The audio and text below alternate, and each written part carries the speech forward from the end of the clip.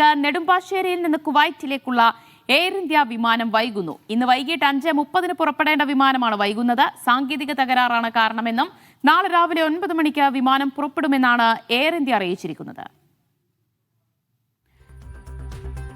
Sibi Joseph വിവരങ്ങൾ നൽകും. സിബി, നാളെ രാവിലെ 9 മണിക്ക് ഇനി സർവീസ് ഉണ്ടാവുകയുള്ളൂ എന്നാണ് പറയുന്നത്. അപ്പോൾ യാത്രക്കാർ ഇപ്പോഴും എയർപോർട്ടിൽ തന്നെ തുടരുകയാണോ? യാത്രക്കാരെ എയർപോർട്ടിനടുത്തുള്ള ഹോട്ടലിലേക്ക് മാറ്റിയിട്ടുണ്ട്. 163 യാത്രക്കാരാണ് ഈ എയർ ഇന്ത്യ വിമാനത്തിൽ ഉണ്ടായിരുന്നത്.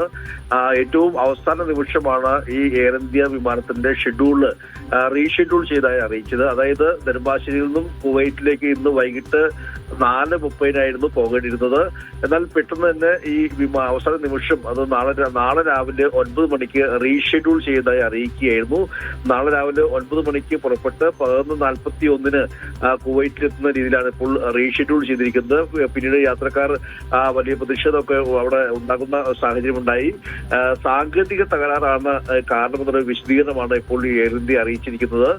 പിന്നീട് യാത്രക്കാരെ ഏകദേശം മറ്റുള്ള ഹോട്ടലിലേക്ക് മാറ്റി 15 മണിക്കൂറിലധികമാണ് ഇപ്പോൾ ഈ വിമാനം വൈകുന്നത്. അതുകൊണ്ട് തന്നെ യാത്രക്കാർ വലിയ ദുരിതത്തിലായി എന്ന കാര്യത്തിൽ സംശയമില്ല. 163 യാത്രക്കാരുമായി ഇന്ന് വൈകിട്ട് 4:30 കുവൈറ്റിലേക്ക് പുറപ്പെടേണ്ട എയർ ഇന്ത്യ വിമാനമാണ് നാളെ രാവിലെ 9 മണിക്ക് റീഷെഡ്യൂൾ ചെയ്തിരിക്കുന്നത്.